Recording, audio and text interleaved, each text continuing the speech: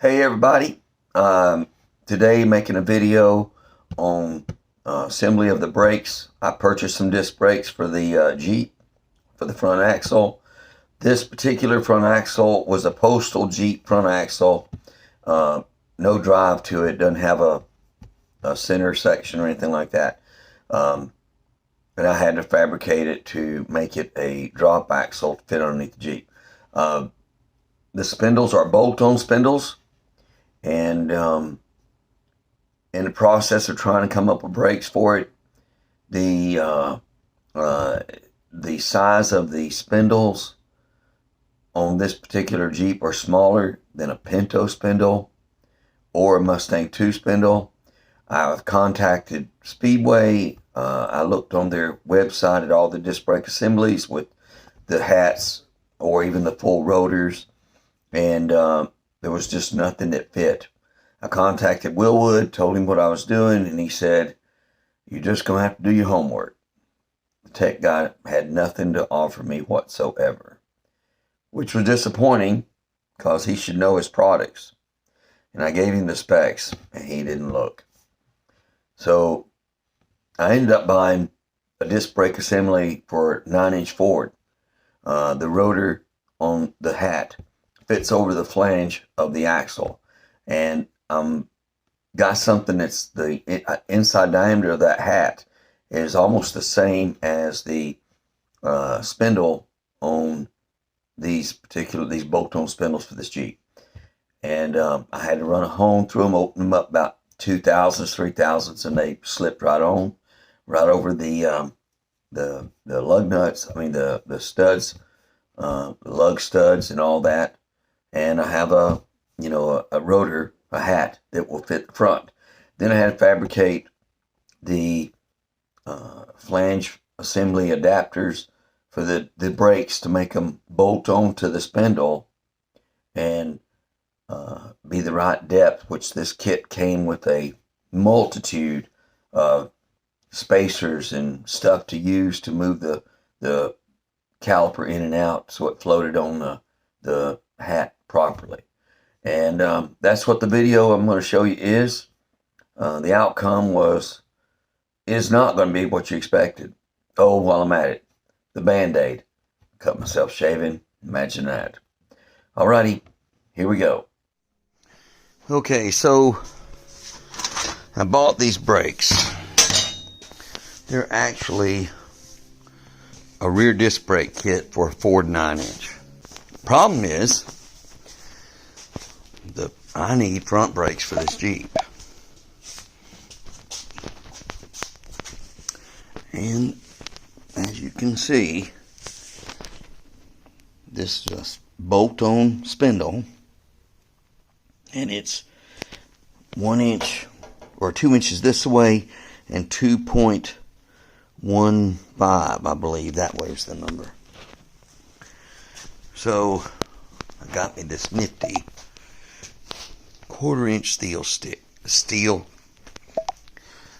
thick steel. That's what I'm trying to say.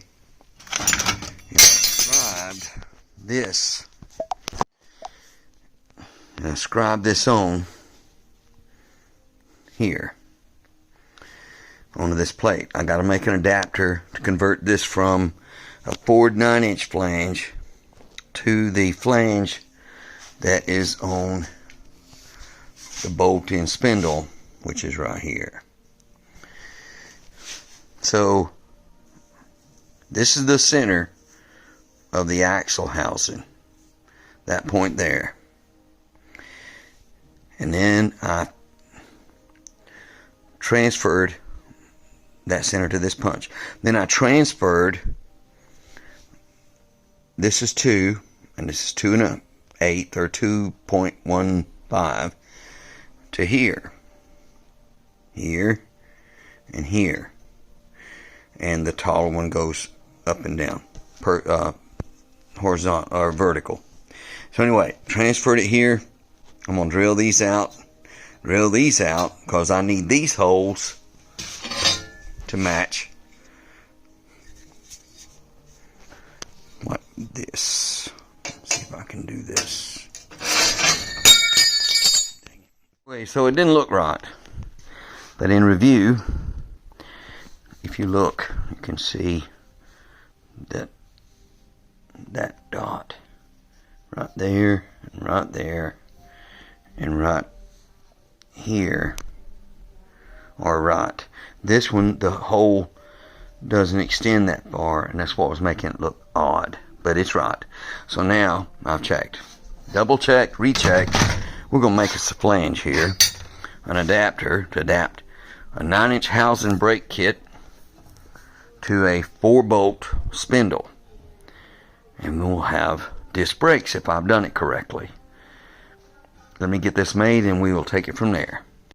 Okay, so as I just showed you, I have cut this plate, and the reason I'm putting the gloves on is because this thing's still hot. This plate has been cut, transferred all the holes from the bolt-on spindle in the center to the flange bolt holes on the outside. If I've done my homework, all this will work. I'm going to drill these 4 holes and drill the outside ones too, and then we'll see how everything bolts up. I actually have to have a twin to this, but I'm going to make this one first and see how it fits and works up, and then I'll duplicate it to the steel without all the marks and stuff on it. I'll be able to just transfer the edges and the holes and everything all at once. Okay, back to it. Okay, so I got the flanges mounted, the brackets on the spindles. I'm going to show you some pictures of it, and I'll explain as I go. Okay, so this is the bolt-on spindle and cap and the hub. The rotor's going to fit on that, and this is the finished bracket attached behind the spindle, and the bolts that I use. This is all grade 8 material with locking nuts, so it won't break loose and fall off, and the flange for the caliper to mount on. I'm going to put this thing back together, and hopefully I can show you as I go.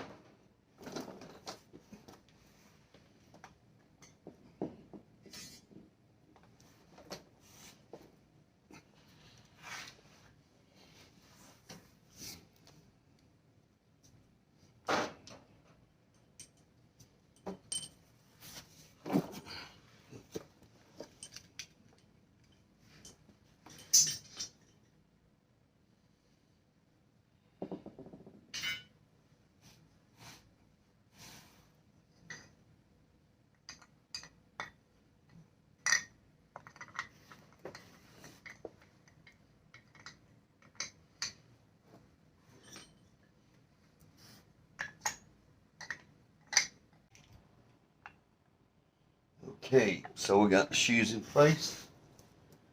Slide this shoe up on here. The inside shoe is gonna fall out. I'll give you $1. Just like that. Does it every time. That's okay. We're gonna slide right back in. Oh shoot, I forgot something.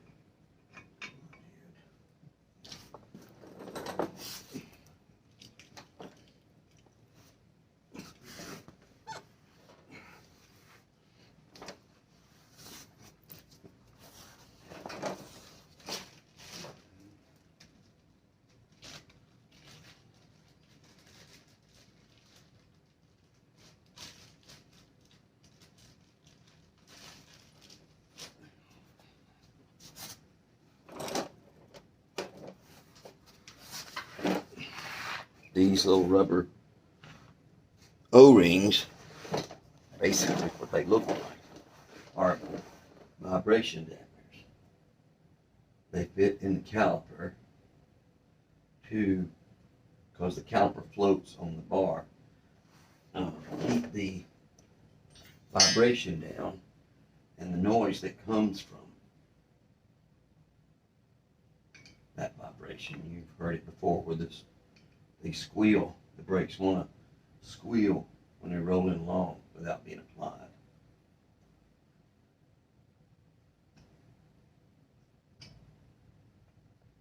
I used to like that noise, but it made me think,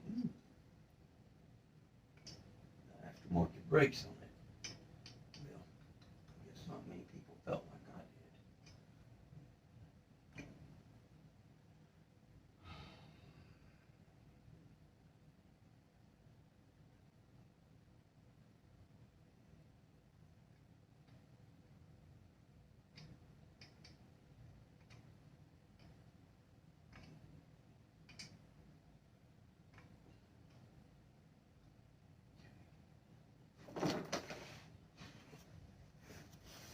O-rings installed. Now we'll start with these. And I had to take the corners off of these bars so that they would slide into the O-ring, because they were just pushing the O-ring right out of the caliper when I tried to tighten them up. So I'm going to put this guy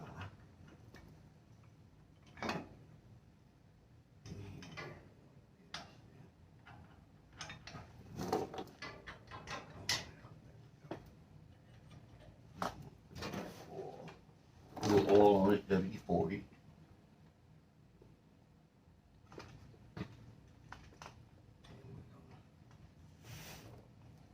See if this guy can engage. Oh, damn it, shoot.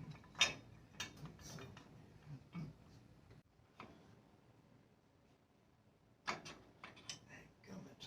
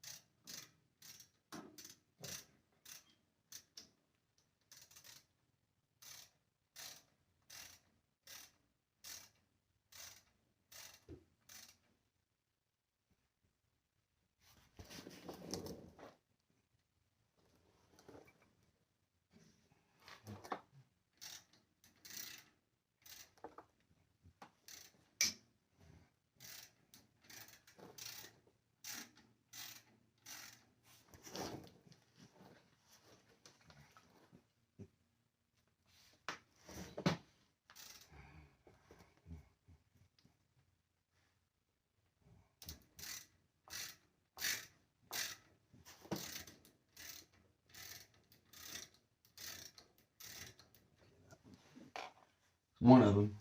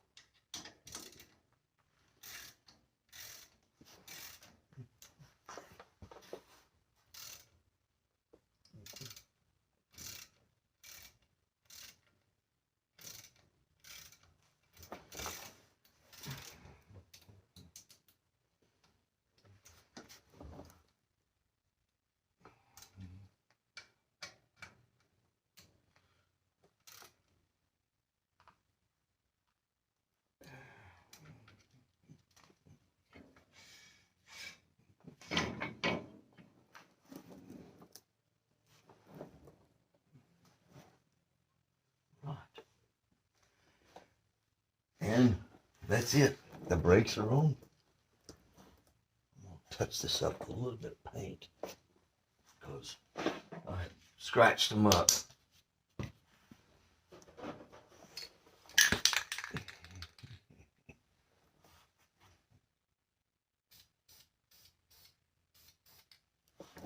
That's it.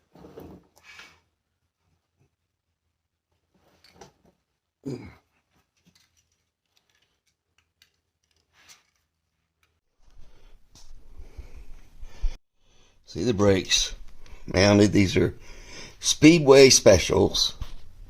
I'm sure of Chinese origin. They did require some modifying to work. Obviously, to get them to work. These are rear for a forward 9-inch housing.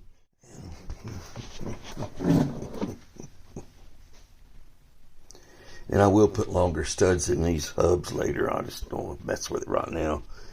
I got other stuff to deal with. All right. That's a wrap. Just one more look from the top. Let you look around and see. Bleeder valve at the top.